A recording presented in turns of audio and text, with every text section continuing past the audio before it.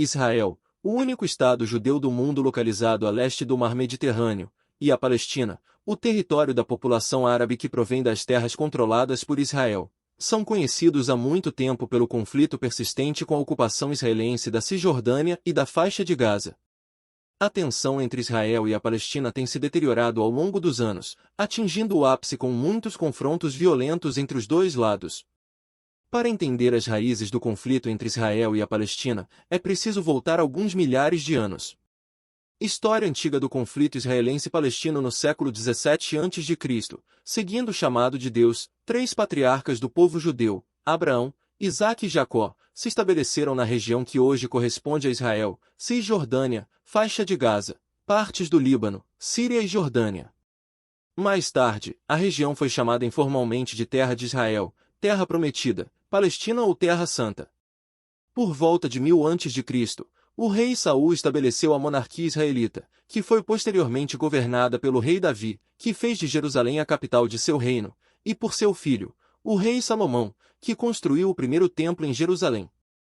Após a morte do rei Salomão, a monarquia unificada foi dividida em 2 reinos, o reino de Israel, no norte, com Samaria como capital, e o reino de Judá, no sul, com Jerusalém como capital.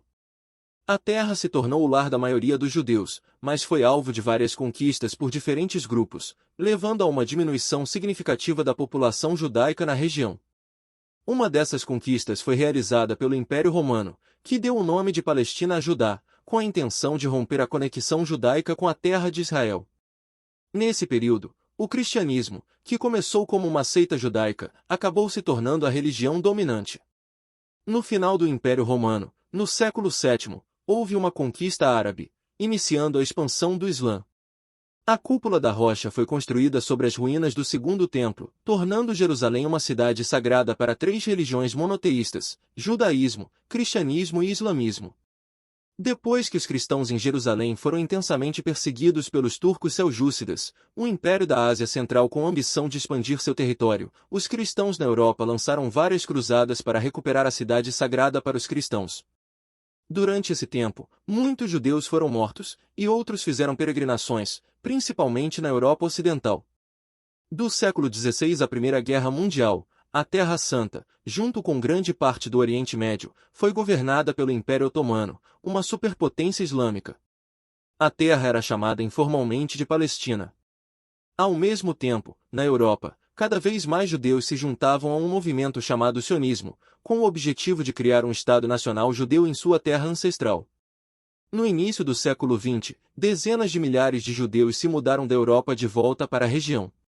Israel e Palestina sob o domínio britânico após a Primeira Guerra Mundial, a Liga das Nações propôs um plano de partição para a Palestina, que dividiria o território em 2 estados independentes, um Estado judeu e um Estado árabe, com Jerusalém se tornando uma zona internacional de status especial.